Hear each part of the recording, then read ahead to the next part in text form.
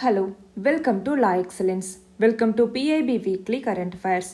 ఈ వీక్ మనం జూన్ 14వ తేదీ నుంచి 20వ తేదీ వరకు 103వ వారానికి సంబంధించిన ఇంపార్టెంట్ కరెంట్ అఫైర్స్ గురించి డిస్కస్ చేసుకుందాం. ఒకటవది వచ్చేసరికి సిప్రి ఇయర్ బుక్ 2022. సిప్రి అంటే ఏంటి? Stockholm International Peace Research Institute అంటాము. ఇది సిప్రి ఇయర్ బుక్ 2022 అన్నటువంటి దాన్ని విడుదల చేయటం జరిగింది.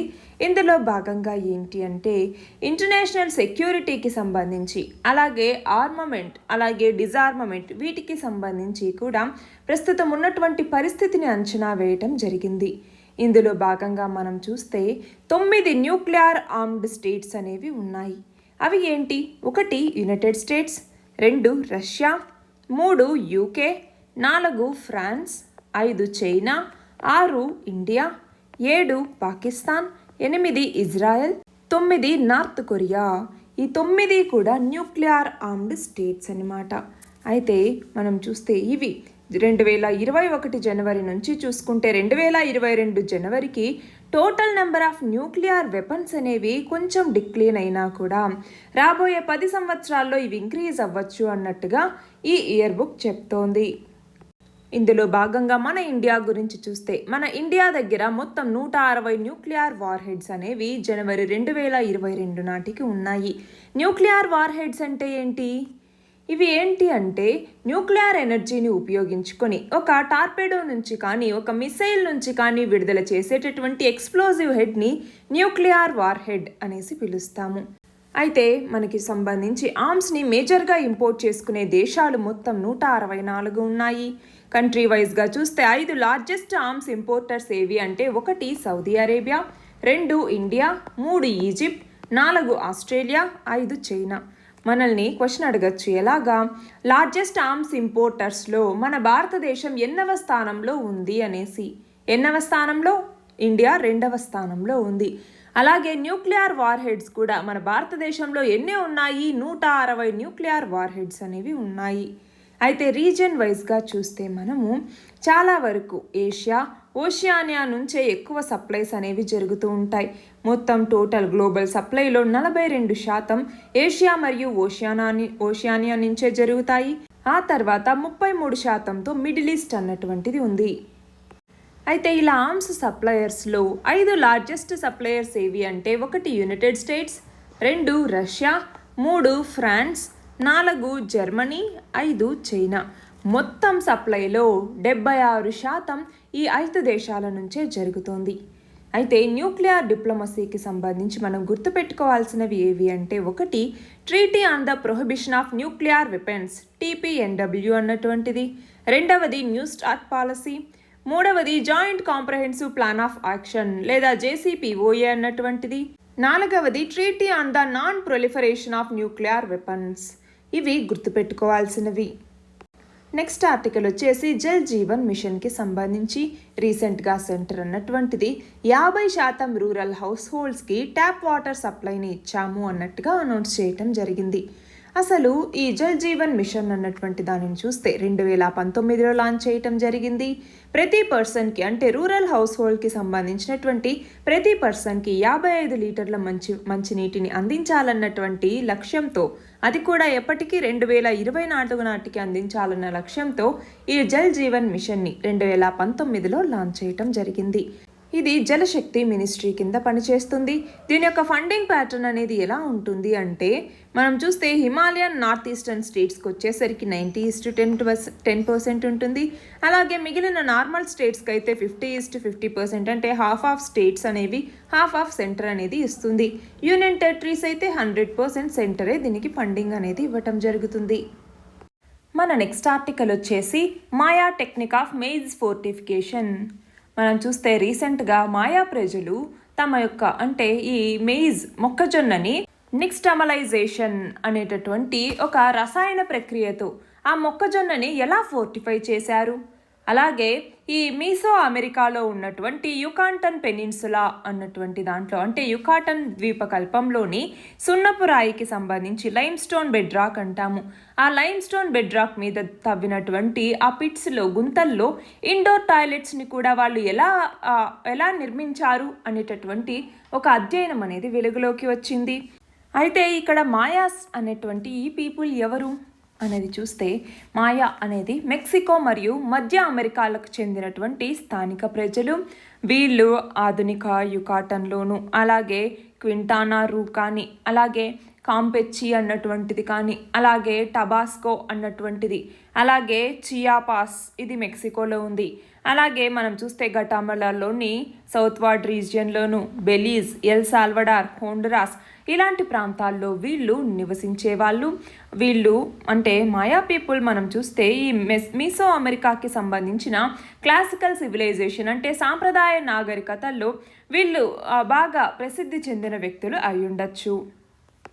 అయితే ఈ మాయాస్ ఉపయోగించినటువంటి ఈ నిక్స్టమలైజేషన్ అన్నటువంటి టెక్నిక్ ఏంటి అనేది చూస్తే, ఇది మీసో అమెరికా లేదా మెసో అమెరికాలోని పురాతన ప్రజలు అంటే మాయా పీపుల్ ఇలాంటి వాళ్ళు ఏం చేసేవాళ్ళు అంటే ఆ మొక్కజొన్నని అంటే మెయిజ్ని ఆల్కలైన్ ద్రావణంలో నానబెట్టి ఉడికించి దానిని మరింత రుచికరంగా అంటే దాన్ని మరింత పోషకకరమైనదిగా నాన్ టాక్సిక్ అంటే విషరహితంగా మార్చడానికి ఈ పద్ధతిని ఉపయోగించేవాళ్ళు.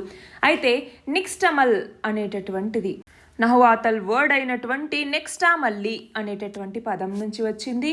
దీని యొక్క ఈ మీనింగ్ ఏంటి అంటే నిక్స్టమలైజ్డ్ మెయిజ్ డఫ్ అనేసి అర్థం అనమాట. అయితే మెయిజ్ అన్నటువంటిది అమెరికాలో ప్రైమరీ క్రాప్గా ఉంది. దీనిని మిల్లెనియా అన్నటువంటి ఒక రీజియన్లో కల్టివేట్ చేస్తూ ఉండేవాళ్ళు. అంతేకాకుండా మొక్కజొన్న, బీన్స్ అలాగే స్క్వాష్ వీటిని 3 సిస్టర్స్ అనేసి పిలుస్తూ ఉండేవాళ్ళు. అంతేకాకుండా ఇది ప్రీ కొలంబియన్, నార్త్ మరియు మీసో అమెరికా వాళ్ళకి ఒక డైట్కి ఒక బేసిస్గా ఇది ఫామ్ అయిందనమాట. అయితే రీసెర్చ్ ఏం కనుక్కున్నారు అంటే అమెరికాలో మొక్కజొన్న వ్యాప్తి చెందటానికి ప్రధాన కారణం ఈ నిక్స్టమలైజేషనే అన్నట్టుగా గుర్తించటం జరిగింది. మన నెక్స్ట్ ఆర్టికల్ వచ్చేసి 38th ఇండియా ఇండోనేషియా కార్పాట్ అన్నటువంటిది. కార్పాట్ అంటే కోఆర్డినేటెడ్ ప్యాట్రోల్ అనేసి అర్థం. ఈ 38th India Indonesia coordinated patrol అన్నటువంటిది అండమాన్ సీ మరియు స్ట్రైట్ ఆఫ్ మలక్కాలో కండక్ట్ చేయటం జరుగుతుంది. మనం చూస్తే ఇండియాకి మరియు ఇండోనేషియాకి సంబంధించినటువంటి 2 దేశాల నేవీస్ కూడా ఈ కార్పాట్ లేదా కోఆర్డినేటెడ్ ప్యాట్రోల్ని ఇంటర్నేషనల్ మారిటైమ్ బౌండరీ లైన్లో 2002వ సంవత్సరం నుంచి నిర్వహిస్తూ ఉన్నాయి. దీని యొక్క ఎయిమ్ ఏంటి అంటే ఇండియన్ ఓషన్ రీజియన్ IOR ఏదైతే ఉందో దీనిని కమర్షియల్ షిప్పింగ్కి కానీ ఇంటర్నేషనల్ ట్రేడ్కి కానీ అలాగే మ్యారిటైమ్ యాక్టివిటీస్ని కండక్ట్ చేసుకోవటానికి కానీ ఒక సేఫ్ అండ్ సెక్యూర్ ప్లేస్గా ఉంచాలి అన్నటువంటి ఉద్దేశంతో ఈ కోఆర్డినేటెడ్ ప్యాట్రోల్ని నిర్వహిస్తూ ఉన్నాయి. అయితే ఇండియాకి ఇండోనేషియాకి ఉన్నటువంటి మిగిలినటువంటి ఎక్సర్సైజ్ ఏంటి అంటే మ్యారిటైమ్ ఎక్సర్సైజ్గా సముద్ర శక్తి అన్నటువంటిది, జాయింట్ మిలిటరీ ఎక్సర్సైజ్గా గరుడ శక్తి అన్నటువంటిది ఉన్నాయి. మన నెక్స్ట్ ఆర్టికల్ వచ్చేసి అగ్నిపథ్ అన్నటువంటి స్కీమ్కి సంబంధించి. రీసెంట్గా గవర్నమెంట్ అన్నటువంటిది ఆర్మీలోను, నేవీలోను, ఎయిర్ ఫోర్స్లోను ఈ అగ్నిపథ్ అన్నటువంటి స్కీమ్ ద్వారా సోల్జర్స్ని రిక్రూట్ చేసుకోవటానికి ఈ స్కీమ్ని ప్రవేశపెట్టడం జరిగింది. దీని కింద యువతని ఆర్మ్డ్ ఫోర్సెస్లోకి 4 సంవత్సరాల కాలానికి గాను తీసుకుంటారు. అంటే ఇలా ఎవరైతే యూత్ ఆర్మీలోకి జాయిన్ అవుతారో వాళ్ళని అగ్నివీర్ అనేటటువంటి పదంతో పిలవటం జరుగుతుంది. వీళ్ళని షార్ట్ డ్యూరేషన్లో రిక్రూట్ చేసుకుంటారు. 4 సంవత్సరాల తర్వాత 25% మందిని వివిధ సర్వీసుల్లోకి ఈ ఆర్మీస్కి సంబంధించిన 3 సర్వీసుల్లోకి రిక్రూట్ చేసుకోవటం జరుగుతుంది. వాళ్ళు ఆ రెస్పెక్టివ్ సర్వీసెస్లో 15 సంవత్సరాల పాటు ఉంటారు. అయితే అగ్నివీర్స్కి ఇచ్చేటటువంటి పేమెంట్ అండ్ బెనిఫిట్స్ అనేవి ఎలా ఉంటాయి అంటే ఇక్కడ చూడండి, ఇన్ హ్యాండ్ 70%, అలాగే సేవా నిధికి 30% కాంట్రిబ్యూషన్ అనేది వెళ్తుంది. బేసిక్ పే అన్నటువంటిది 4 సంవత్సరాలకు గాను ఇంత ఉంటుంది. అయితే 4 సంవత్సరాల తర్వాత ఎగ్జిట్ అయినప్పుడు వాళ్ళకి 11.71 లక్షల రూపాయల సేవానిధి ప్యాకేజ్ని అంటే 5 లక్షల రూపాయలు ఏ సేవానిధి ప్యాకేజ్ కింద కట్ అవుతుంది. ఈ మిగిలినటువంటి 6,71,000 రూపాయలని కేంద్ర ప్రభుత్వం కలిపి 11.71 లక్షల రూపాయల సేవానిధి ప్యాకేజ్ని అందించటం జరుగుతుంది. అయితే మనం చూస్తే ఈ 4 సంవత్సరాల కాలంలో వన్ టైం సేవా నిధి కింద 11.71 లక్షలు ఇస్తారు. అంతేకాకుండా 4 సంవత్సరాల్లో ఇన్సూరెన్స్ కవర్ కింద 48 లక్షల రూపాయల లైఫ్ ఇన్సూరెన్స్ కవర్ అనేది ఉంటుంది. ఒకవేళ కనుక డెత్కి గురైతే వాళ్ళకి ₹1,00,00,000 వరకు పేమెంట్ని ఇవ్వటం జరుగుతుంది. అయితే గవర్నమెంట్ అన్నటువంటిది దీని ద్వారా ఈ 4 సంవత్సరాల తర్వాత ఎవరైతే సర్వీస్ నుంచి బయటికి వస్తారో అలాంటి సోల్జర్స్కి రిహాబిలిటేట్ చేయాల్సినటువంటి అవసరం అనేటటువంటిది ఉంది. దానికి మేము హెల్ప్ చేస్తాము అన్నట్టుగా, దానికి సంబంధించి ఏ స్కిల్ డెవలప్మెంట్ చేయటం లాంటివి చేస్తాము అన్నట్టుగా గవర్నమెంట్ చెప్తోంది. ఇందులో 17.5 సంవత్సరాల నుంచి తొలుతగా 21 అని చెప్పారు. మళ్ళీ దానిని 23 సంవత్సరాలుగా మార్చటం జరిగింది. ఈ సంవత్సరాల వయసు గల వాళ్ళని రిక్రూట్ చేసుకోవటం జరుగుతుంది. అయితే దీనికి సంబంధించిన కన్సర్న్స్ ఏంటి అంటే, వాళ్ళు 23 సంవత్సరాలు, ఫర్ ఎగ్జాంపుల్ ఒక 22 సంవత్సరాలకు జాయిన్ అయ్యారు, 26 సంవత్సరాలకు బయటకు వచ్చారు. అలాంటి వాళ్ళకి ఏంటి అంటే 22 ఇయర్స్లో జాయిన్ అయినప్పుడు జస్ట్ ఒక డిగ్రీ అనేది కంప్లీట్ అయి ఉండొచ్చు. సో వాళ్ళు మళ్ళీ ఏదైనా ఒక కోచింగ్ తీసుకొని ఇంకొక జాబ్లో చేరటం, లేదా ఈ 4 సంవత్సరాల ఎక్స్పీరియన్స్తో ఇంకొక జాబ్ని చూసుకోవటం లాంటివి చాలా కష్టమవుతుంది. వాళ్ళకి పెన్షన్ బెనిఫిట్ అనేది ఉండదు. ట్రైనింగ్ అన్నటువంటి దాన్ని యూటిలైజ్డ్ అంటే మనము చూస్తే ఈ ఆర్మీలో కానీ నేవీలో కానీ ఇలాగా ఒక పర్టికులర్గా ఒక ట్రైనింగ్ని కంప్లీట్గా వాళ్ళు పూర్తి చేయటానికి దాదాపు 5 నుంచి 6 సంవత్సరాల కాలం అనేది పడుతుంది. కానీ 4 సంవత్సరాల్లోనే మొత్తం పూర్తి చేసి, అంటే వాళ్ళకి 6 నెలల ట్రైనింగ్ అనేసి చెప్పటం జరిగింది. ఆ 6 నెలల్లో వాళ్ళు ఆ శిక్షణని ఎలా పొందగలరు అంటే పూర్తి శిక్షణ అనేది వాళ్ళకు ఉండదు. సో గవర్నమెంట్ ఏం చెప్తుంది, వీళ్ళు నెక్స్ట్ ఏదైనా ఆపత్కాలం వచ్చినప్పుడు ఈ సోల్జర్స్ అందరూ మనకి ఉపయోగపడతారు అనేసి. కానీ దీనినే మనకి ఎవరైతే వేర్పాటువాదులు అనే వాళ్ళు ఉన్నారో దీనిని వాళ్ళు ఒక అడ్వాంటేజ్గా తీసుకొని ఇలాంటి వాళ్ళని ట్రాప్ చేసి మళ్ళీ మనకే వీళ్ళు అన్యాయం చేయాలి అని చూస్తే, అలాంటి సందర్భాల్లో ఏంటి, ఇలాంటి కన్సర్న్స్ అన్నీ చాలా వ్యక్తమవుతూ ఉన్నాయి. కానీ ఇలాంటి స్టెప్ తీసుకోవటం వల్ల, ఎందుకు ఇలాంటి స్టెప్ అనేది తీసుకుంది గవర్నమెంట్ అనేది అంటే ఫ్యూచర్ రెడీ సోల్జర్స్ని తయారు చేయటానికి, ఎక్కువ ఎంప్లాయ్మెంట్ ఆపర్చునిటీస్ని కలిగించడానికి, అలాగే హై స్కిల్డ్ వర్క్ ఫోర్స్ని తయారు చేయటానికి. కానీ ఇక్కడ మనం చూస్తే ఫ్యూచర్ రెడీ సోల్జర్స్ సరే 6 నెలల్లో వాళ్ళకు ట్రైనింగ్ ఇచ్చి ఎంత శాతం వరకు వాళ్ళని ఫ్యూచర్కి రెడీగా ఉండేలాగా చేయగలరు?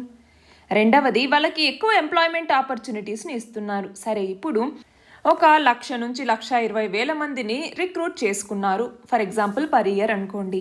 అప్పుడు 4 సంవత్సరాల తర్వాత 25%ని ఉంచుకొని మిగిలిన 75% మందిని బయటికి పంపించేసినప్పుడు దాదాపు ఒక 80,000 మంది ప్రతి సంవత్సరం ఇలా బయటికి వస్తూ ఉంటారు. అప్పుడు ఆ 80,000 మందికి ఉద్యోగాలు కల్పించటం ఎలా?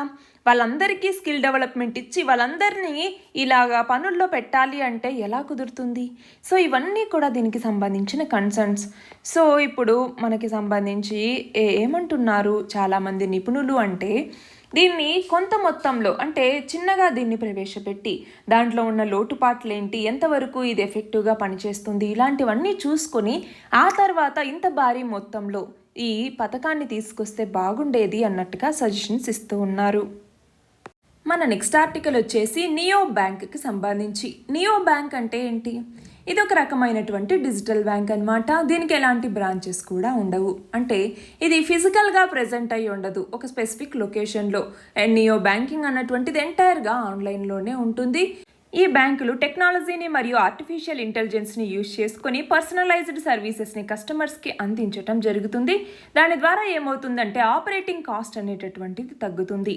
అంతేకాకుండా నియో బ్యాంక్స్ అన్నటువంటి ఫినాన్షియల్ సిస్టంలోకి ఛాలెంజర్ బ్యాంక్స్ అన్నటువంటి పేరుతో ఎంటర్ అవ్వటం జరిగింది. ఎందుకు అంటే అవి కాంప్లెక్స్ ఇన్ఫ్రాస్ట్రక్చర్, అలాగే క్లయింట్ ఆన్బోర్డింగ్ ప్రాసెస్ ఏదైతే ట్రెడిషనల్ బ్యాంక్స్లో ఉంటుందో అలాంటి వాటిని ఛాలెంజ్ చేస్తూ తీసుకొచ్చినటువంటి బ్యాంక్స్ ఈ నియో బ్యాంక్స్ అనమాట. అందుకే వీటిని ఛాలెంజర్ బ్యాంక్స్ అన్నటువంటి ట్యాగ్తో ఫినాన్షియల్ సిస్టంలోకి ఇవి వచ్చాయి. దీనికి ఎగ్జాంపుల్గా రోజర్ పే ఎక్స్ అనేసి, జూపిటర్ అనేసి, నియో, ఓపెన్ ఇలాంటివి అనమాట.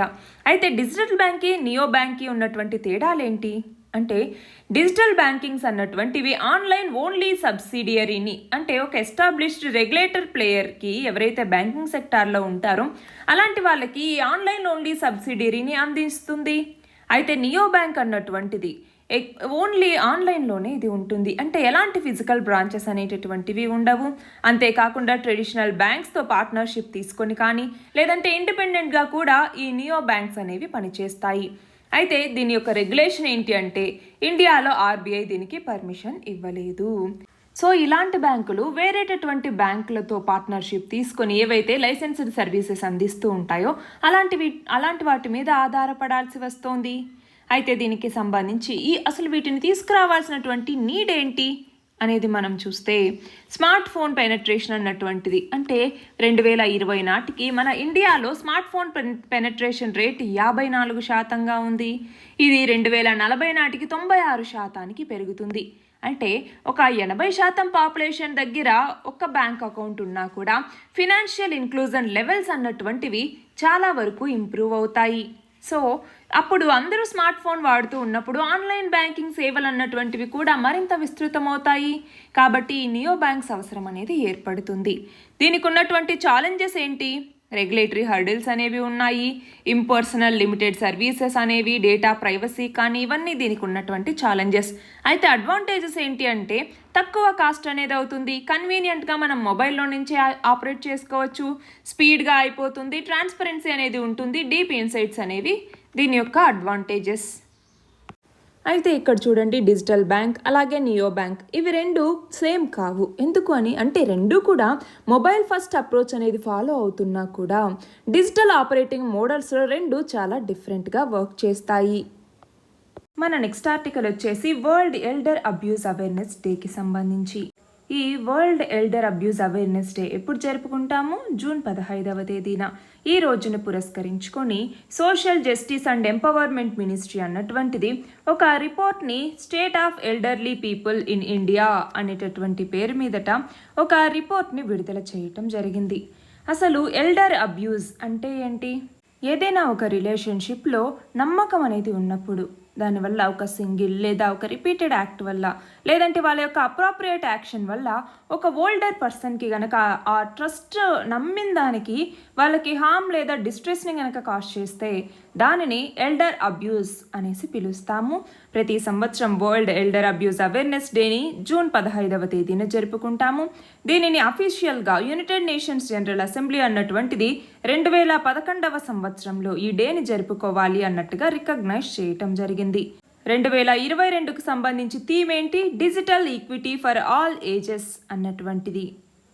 మన భారత ప్రభుత్వం ఎల్డర్స్కి సంబంధించి ఏమేమి ఇనిషియేటివ్స్ తీసుకొచ్చింది? ఒకటి IPOP integrated programme for older persons అన్నది, రెండవది రాష్ట్రీయ వయోశ్రీ యోజన అన్నటువంటిది, మూడవది ప్రధానమంత్రి వయవందన యోజన అన్నటువంటిది, నాలుగవది వయోశ్రేష్ఠత సమ్మాన్ అన్నటువంటిది, అలాగే maintenance and welfare of parents and senior citizens act 2007, elder line, the first pan India toll free help line number, అలాగే SAGE senior care ageing growth engine initiative. ఇవన్నీ కూడా ఎల్డర్స్ కోసం తీసుకొచ్చిన ఇనిషియేటివ్స్. నెక్స్ట్ వచ్చేసి పీరియాడిక్ లేబర్ సర్వే 2020-21కి సంబంధించి దీనిని ministry of statistics and programme implementation అన్నటువంటిది రిలీజ్ చేసింది. ఎవరు రిలీజ్ చేస్తారు పీరియాడిక్ లేబర్ సర్వేని? Ministry of statistics and programme implementation. అయితే ఈ పీరియాడిక్ లేబర్ ఫోర్స్ సర్వేలో ఉన్నటువంటి హైలైట్స్ ఏంటి అంటే అన్ఎంప్లాయ్మెంట్ రేట్. మనం చూస్తే 2020-21లో 4.2% అన్ఎంప్లాయ్మెంట్ రేట్ ఉంటే 2019-20లో 4.8% ఉండేది. అంటే ఇప్పుడు అన్ఎంప్లాయ్మెంట్ రేట్ తగ్గింది అన్నట్టుగా ఈ సర్వే చెప్తోంది. అంతేకాకుండా రూరల్ ఏరియాస్లో వచ్చేసరికి అన్ఎంప్లాయ్మెంట్ 3.3%గాను, అర్బన్ ఏరియాస్లోకి వచ్చేసరికి 6.7%గా అన్ఎంప్లాయ్మెంట్ అనేది ఉంది. అలాగే లేబర్ ఫోర్స్ పార్టిసిపేషన్ రేట్ అనేది ఎలా ఉంది అంటే ఏంటి? లేబర్ ఫోర్స్లో ఉన్నటువంటి ఆ పర్సంటేజ్ ఆఫ్ పర్సన్స్ అనమాట. ఈ రేట్ అన్నటువంటిది 40.1% నుంచి 2020-21కి వచ్చేసరికి 41.6%కి పెరిగింది. అలాగే వర్కర్ పాపులేషన్ రేట్ అన్నటువంటిది 2019-20లో 38.2 ఉంటే 2020-21లో 39.8కి చేరింది. అలాగే మైగ్రేషన్ రేట్ అన్నటువంటిది 28.9%గా ఉంది. ఇందులో ఉమెన్ రూరల్ మరియు అర్బన్ ఏరియాస్ నుంచి మైగ్రేషన్ రేట్ అన్నటువంటిది 48, అలాగే 47.8గా ఉంది. అయితే ఈ పీరియాడిక్ లేబర్ ఫోర్స్ సర్వేకి సంబంధించి దీని యొక్క ఆబ్జెక్టివ్స్ ఏంటి అంటే రెండు ఉన్నాయి. ఒకటవది ఏంటి అంటే ఎంప్లాయ్మెంట్ అన్ఎంప్లాయ్మెంట్ ఇండికేటర్స్, అంటే వర్కర్ పాపులేషన్ రేషియో కానీ, లేబర్ ఫోర్స్ పార్టిసిపేషన్ రేట్ కానీ, అన్ఎంప్లాయ్మెంట్ రేట్ కానీ, ఇలాంటి కీ ఎంప్లాయ్మెంట్ మరియు అన్ఎంప్లాయ్మెంట్ ఇండికేటర్స్ని 3 monthsకి సంబంధించి, అంటే షార్ట్ టైంకి సంబంధించి ఎస్టిమేట్ చేయటానికి. రెండవది వచ్చేసరికి ఎంప్లాయ్మెంట్ అన్ఎంప్లాయ్మెంట్ ఇండికేటర్ని యూజువల్ స్టేటస్, అలాగే మనకి కరెంట్ వీక్లీ స్టేటస్, అంటే వారానికి ఒకసారి అనమాట. అలాగా రూరల్ మరియు అర్బన్ ఏరియాస్లో యాన్యువల్గా దీన్ని ఎస్టిమేట్ చేయటం. ఇలాగా 2 రకాలుగా దీని యొక్క ఆబ్జెక్టివ్ అనేది ఉంది. అయితే అన్ఎంప్లాయ్మెంట్కి అగనెస్ట్గా తీసుకొచ్చినటువంటి రీసెంట్ ఇనిషియేటివ్స్ ఏంటి? ఒకటి స్మైల్, అంటే support for marginalised individuals for livelihood and enterprises అన్నటువంటిది. రెండవది పిఎం దక్ష్ అన్నటువంటి పోర్టల్, ప్రధానమంత్రి దక్షత ఔర్ కుశలత సంపన్న హితగ్రాహి అంటాము. మూడవది ఎంజీ నరేగా. నాలుగవది ప్రధానమంత్రి కౌశల్ వికాస్ యోజన. ఐదవది స్టార్టప్ ఇండియా స్కీమ్. ఇక్కడ చూడండి, టైప్స్ ఆఫ్ అన్ఎంప్లాయ్మెంట్ గురించి ఇవ్వటం జరిగింది. Frictional unemployment, structural unemployment, regional unemployment, seasonal unemployment, voluntary unemployment, cyclical unemployment, ఇలాగనమాట. మనకి డిస్గైజ్డ్ అన్ఎంప్లాయ్మెంట్ అనేసి, ఇంకా మనకి టెక్నాలజికల్ అన్ఎంప్లాయ్మెంట్ అనేసి, వల్నరబుల్ అన్ఎంప్లాయ్మెంట్ అనేసి, ఇలా చాలా టైప్స్ అనేవి ఉన్నాయి. మన నెక్స్ట్ ఆర్టికల్ వచ్చేసి డిజిటల్ న్యూస్ రిపోర్ట్ 2022కి సంబంధించి దీనిని రూటర్స్ ఇన్స్టిట్యూట్ అన్నటువంటిది రిలీజ్ చేయటం జరిగింది. ఈ రిపోర్ట్ ఏం చెప్తోంది అంటే ట్రస్ట్ ఇష్యూ అనేటటువంటిది ఉంది. పీపుల్ న్యూస్ కంటెంట్ని చాలా తక్కువగా నమ్ముతూ ఉన్నారు. అలాగే ట్రెడిషనల్ న్యూస్ మీడియా అనేటటువంటిది డిక్లైన్ అవుతోంది. అలాగే న్యూస్ని అవాయిడ్ చేసేటటువంటి వాళ్ళు పెరుగుతూ ఉన్నారు, అంటే సెలెక్టివ్ అవాయిడెన్స్ అనేది జరుగుతుంది.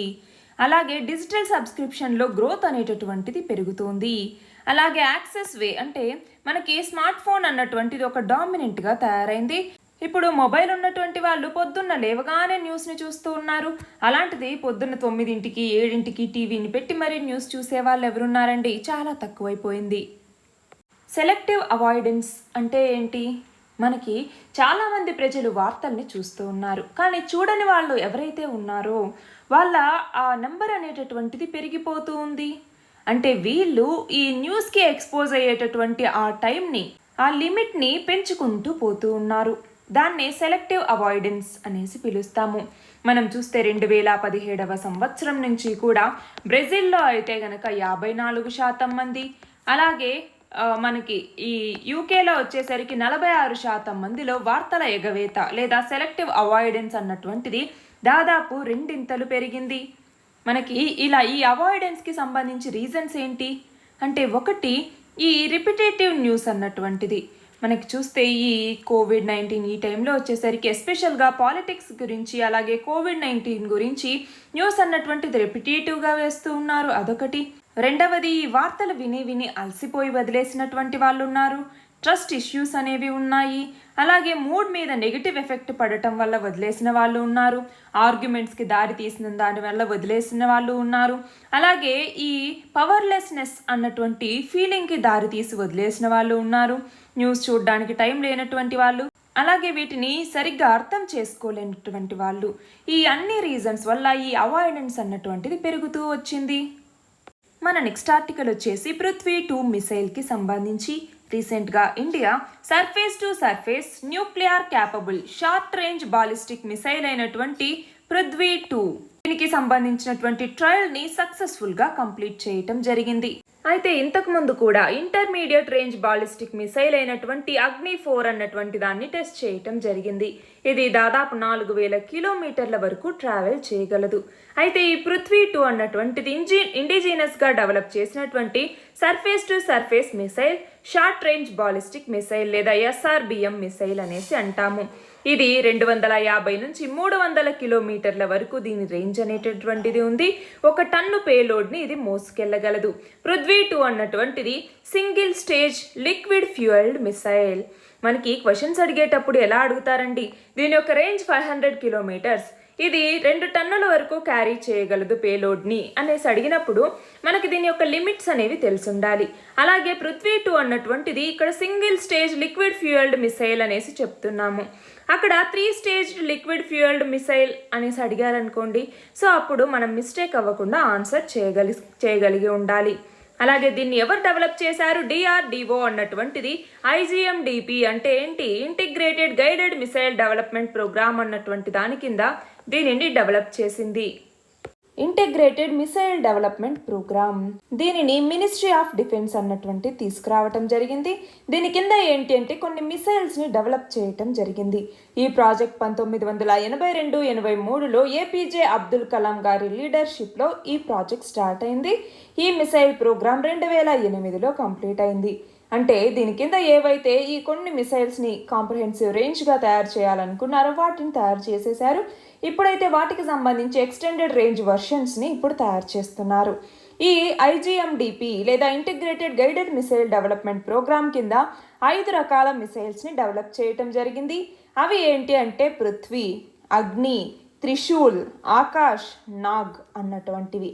పృథ్వీ అనేటటువంటిది surface to surface short range ballistic missile. అగ్ని అన్నటువంటిది medium to inter continental surface to surface missile. ఇక త్రిశూల్ అన్నటువంటిది షార్ట్ రేంజ్ లో level surface to air missile. Akash అన్నటువంటిది సర్ఫేస్ టు ఎయిర్ మిసైల్. దీనికి 25 కిలోమీటర్ల వరకు రేంజ్ అనేటటువంటిది ఉంది. అలాగే మల్టీ టార్గెట్ హ్యాండ్లింగ్ సిస్టమ్ దీనికి అందుబాటులో ఉంది. అలాగే నాగ్ అన్నటువంటిది 3rd generation anti tank missile.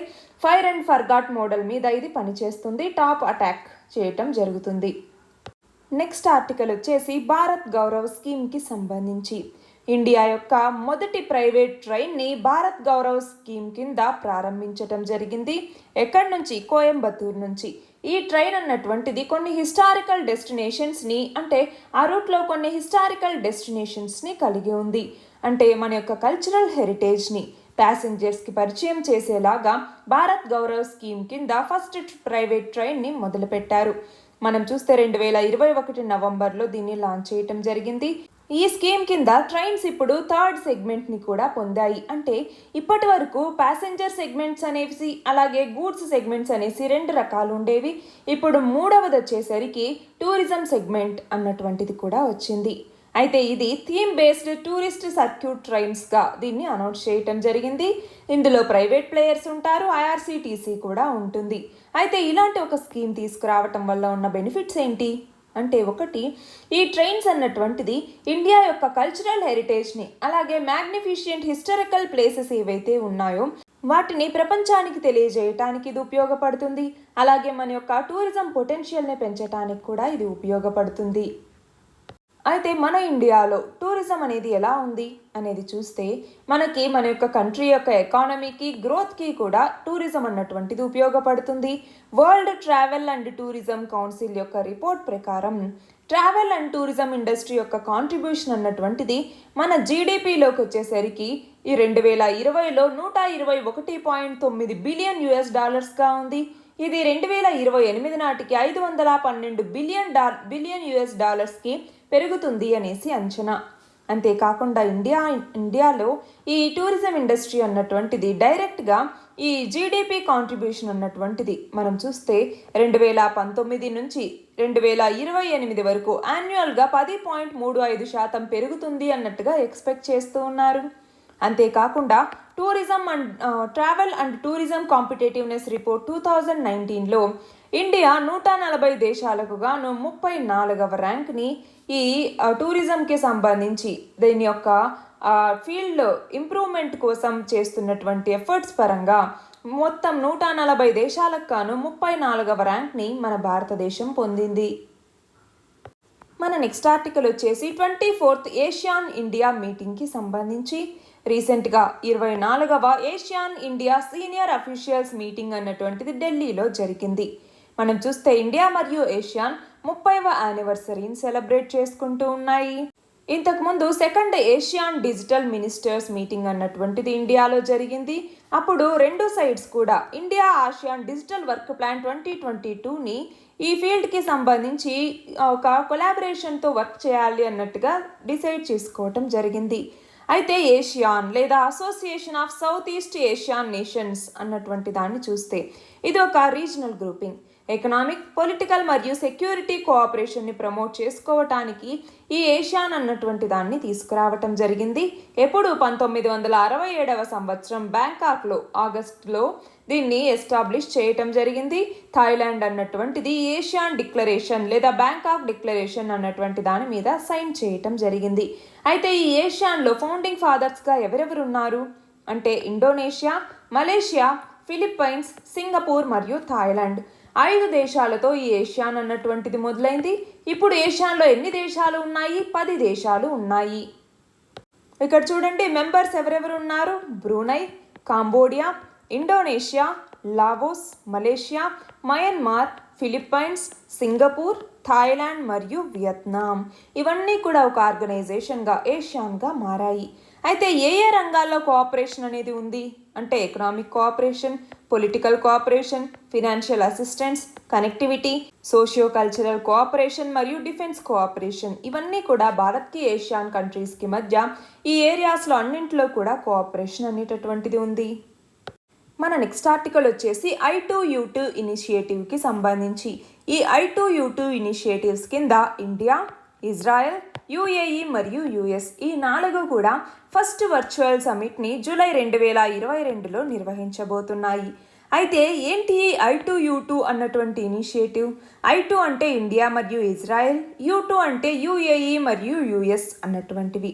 మొదటగా మనం 2021 అక్టోబర్లో ఏదైతే అబ్రహాం అకార్డ్ అన్నటువంటిది ఇజ్రాయెల్కి మరియు UAEకి మధ్య ఉందో, ఇది దేనికి సంబంధించింది? ఈ అబ్రహాం అకార్డ్ అన్నటువంటిది మ్యారిటైమ్ సెక్యూరిటీ, ఇన్ఫ్రాస్ట్రక్చర్ మరియు ట్రాన్స్పోర్ట్కి సంబంధించింది. అయితే 2021 అక్టోబర్లోకి వచ్చేసరికి international forum for economic cooperation అన్నటువంటి దానిగా దాన్ని పిలవటం జరిగింది. దాన్ని వెస్ట్ ఏషియన్ క్వాడ్ అని కూడా పిలుస్తాము. అయితే ఈ I2U2 అన్నటువంటి ఇనిషియేటివ్లో మనం ఇందాకే చెప్పుకున్నాం, I2 అంటే ఇండియా మరియు ఇజ్రాయెల్, U2 అంటే USA మరియు UAE అనేసి. ఈ 4 దేశాలు కలవటం వల్ల ఈ వెస్టర్న్ క్వాడ్ అనేటటువంటిది ఏర్పడటం వల్ల ఆ రీజియన్లో ఉన్నటువంటి జియో పొలిటికల్ చేంజెస్ ఏవైతే జరుగుతూ ఉన్నాయో వాటికి సంబంధించి ఇదొక గ్రేట్ అచీవ్మెంట్గా చెప్పచ్చు.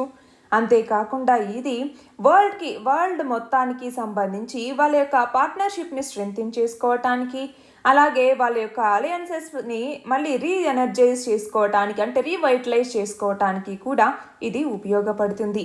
దీని యొక్క సిగ్నిఫికెన్స్ ఏంటి అంటే సెక్యూరిటీ కోఆపరేషన్ అందిస్తుంది, టెక్నాలజికల్ హబ్స్ని ఏర్పాటు చేయటం, ఫుడ్ సెక్యూరిటీ ఉండేలాగా చూసుకోవటం, డిఫరెంట్ ఫీల్డ్స్లో అందరూ కలిసి పనిచేయటం. మన నెక్స్ట్ ఆర్టికల్ వచ్చేసి వరల్డ్ కాంపిటేటివ్నెస్ ఇండెక్స్ 2022. రీసెంట్గా యాన్యువల్ వరల్డ్ కాంపిటేటివ్నెస్ ఇండెక్స్ని institute for management development IMD అన్నటువంటిది రిలీజ్ చేయటం జరిగింది. ఇండియా అన్నటువంటిది 43వ ర్యాంక్ నుంచి 37వ ర్యాంక్ అంటే 6 స్థానాలు మెరుగుపరుచుకుంది. అయితే ఈ ఇండెక్స్ని ఎలా క్యాలిక్యులేట్ చేస్తారు అంటే మొత్తం దానికి 4 ఫ్యాక్టర్స్ అనేవి ఉన్నాయి. 334 కాంపిటేటివ్నెస్ క్రైటీరియాని ఎగ్జామిన్ చేయటం జరుగుతుంది.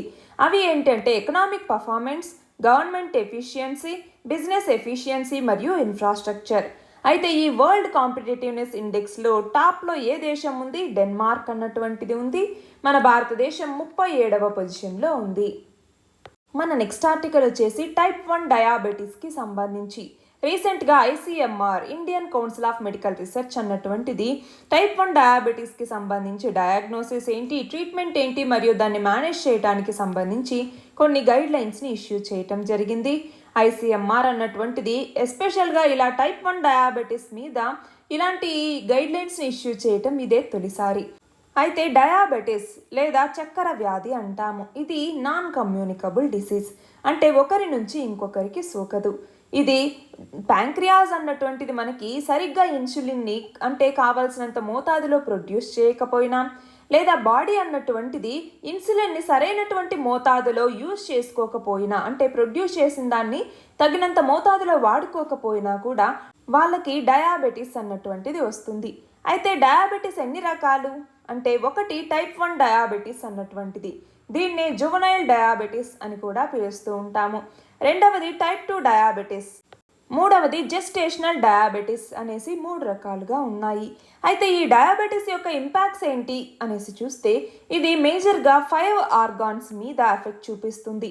అవి ఏంటంటే kidney, heart, blood vessels, nervous system మరియు ఐస్. అయితే దీనికి సంబంధించి ఏమేం ఫ్యాక్టర్స్ రెస్పాన్సిబుల్గా ఉంటాయి అంటే సరిగ్గా డైట్ అనేది తీసుకోకపోవటం, ఫిజికల్ యాక్టివిటీ సరిగ్గా లేకపోవటం, ఆల్కహాల్ని ఎక్కువగా కన్జమ్ చేయటం, అలాగే ఓవర్ వెయిట్, ఒబిసిటీ ఉండటం, టొబాకోని వాడటం లాంటివి దీనికి కారణాలుగా ఉన్నాయి. అయితే ఇక్కడ చూస్తే టైప్ 1 డయాబెటీస్ వర్సెస్ టైప్ 2 డయాబెటీస్ని ఎందుకు వస్తుంది, ఏ ఏజ్లో వాళ్ళకి, రిస్క్ ఫ్యాక్టర్స్ ఏంటి, సిమ్టమ్స్ ఏంటి, ప్రివెన్షన్ ఏంటి, ట్రీట్మెంట్ ఏంటి అన్నట్టుగా ఇక్కడ ఇవ్వటం జరిగింది. మన నెక్స్ట్ ఆర్టికల్ వచ్చేసి FATF's గ్రే లిస్ట్కి సంబంధించింది. రీసెంట్గా పాకిస్తాన్ అన్నటువంటిది ఫినాన్షియల్ యాక్షన్ టాస్క్ ఫోర్స్ లేదా FATF అనేసి పిలుస్తాము.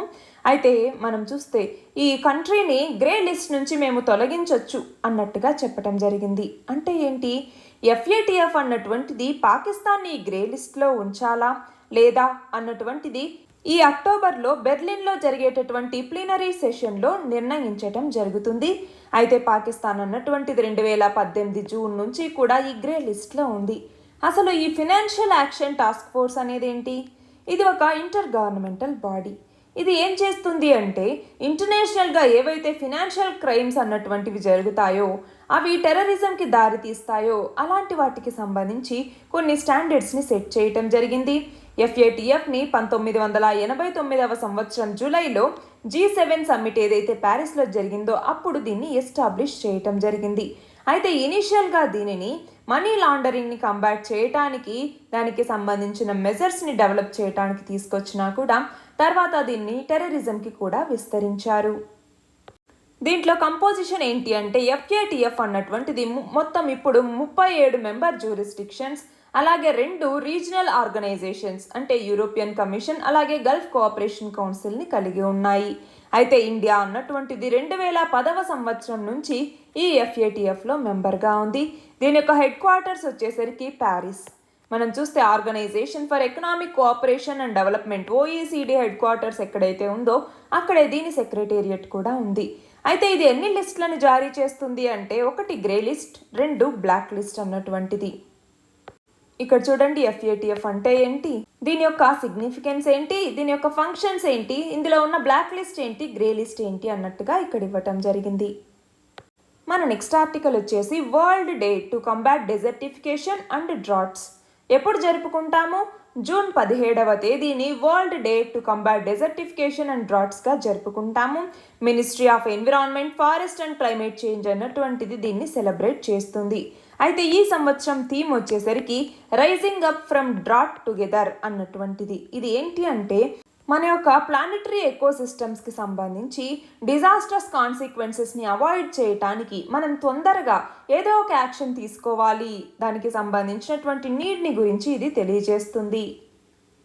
మన నెక్స్ట్ ఆర్టికల్ వచ్చేసి వెస్ట్ సేతి పవర్ ప్రాజెక్ట్కి సంబంధించి 2012 నుంచి 2018 మధ్య దాదాపు 6 ఏళ్ల తర్వాత చైనా అన్నటువంటిది ఈ ప్రాజెక్ట్ నుంచి వైదొలిగింది.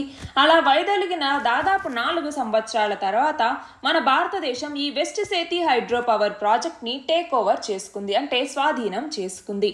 మనం చూస్తే ఇంతకు ముందే లుంబిని అన్నటువంటిది ఎక్కడ ఉంది, నేపాల్లోని లుంబినికి మన ప్రధానమంత్రి నరేంద్ర మోదీ విజిట్కి వెళ్ళటం జరిగింది.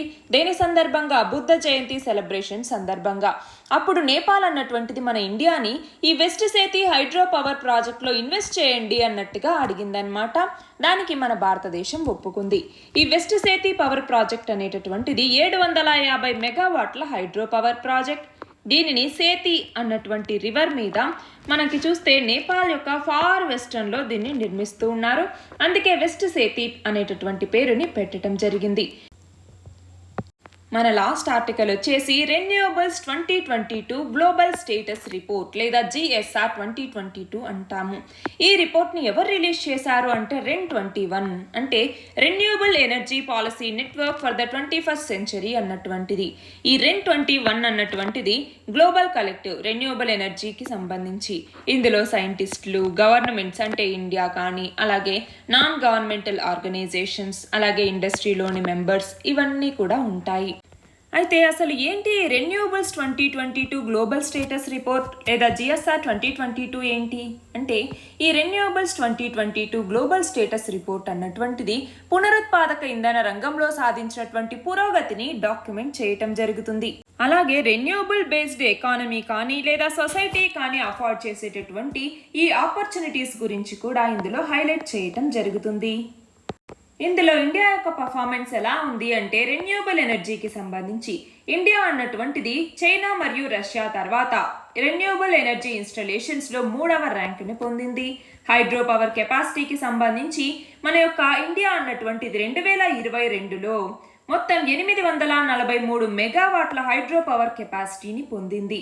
అలాగే న్యూ సోలార్ పీవీ కెపాసిటీకి సంబంధించి చూస్తే ఏషియాలోనే సెకండ్ లార్జెస్ట్ మార్కెట్ని ఇండియా కలిగి ఉంది. అలాగే గ్లోబల్గా అయితే 3rd పొజిషన్లో ఉంది. టోటల్ ఇన్స్టాలేషన్కి సంబంధించి టోటల్ ఇన్స్టాలేషన్లో 4th ర్యాంక్ని కలిగి ఉంది. మనం చూస్తే జర్మనీని ఓవర్టేక్ చేసి ఇండియా అన్నటువంటిది 4th ర్యాంక్కి వచ్చేసింది. అలాగే విండ్ పవర్కి సంబంధించి ఇండియా అన్నటువంటిది గ్లోబల్గా 3rd ర్యాంక్ని కలిగి ఉంది. మొత్తం టోటల్ ఇన్స్టాల్డ్ కెపాసిటీ వచ్చేసరికి విండ్కి సంబంధించి 40.1 గిగావాట్లు. అయితే రెన్యూబుల్ ఎనర్జీని ప్రమోట్ చేయడానికి ఇండియా తీసుకొచ్చినటువంటి ఇనిషియేటివ్స్ ఏంటి అనేసి చూస్తే 1 నేషనల్ సోలార్ మిషన్ అన్నటువంటిది, 2 the wind energy revolution, 3 national biofuels policy, అలాగే సతత్ అనేటటువంటి ఇనిషియేటివ్, అలాగే ఇంటర్నేషనల్ సోలార్ అలియన్స్ అన్నటువంటిది, స్మాల్ హైడ్రో పవర్కి సంబంధించిన ప్రాజెక్ట్స్, అలాగే నేషనల్ హైడ్రో ఎనర్జీ మిషన్ అన్నటువంటిది, అలాగే దీనికి సంబంధించి గ్లోబల్ క్లీన్ ఎనర్జీ వాల్యూ చైన్స్ని మనకి ఇంకా పెంపొందించడం కోసం తీసుకొచ్చినటువంటి PLI production linked incentive scheme. ఇవన్నీ కూడా రెన్యూబుల్ ఎనర్జీని ప్రమోట్ చేయడానికి మన భారతదేశం తీసుకొచ్చిన ఇనిషియేటివ్స్. ఇవి ఈ week important articles. All the very best and thank you very much.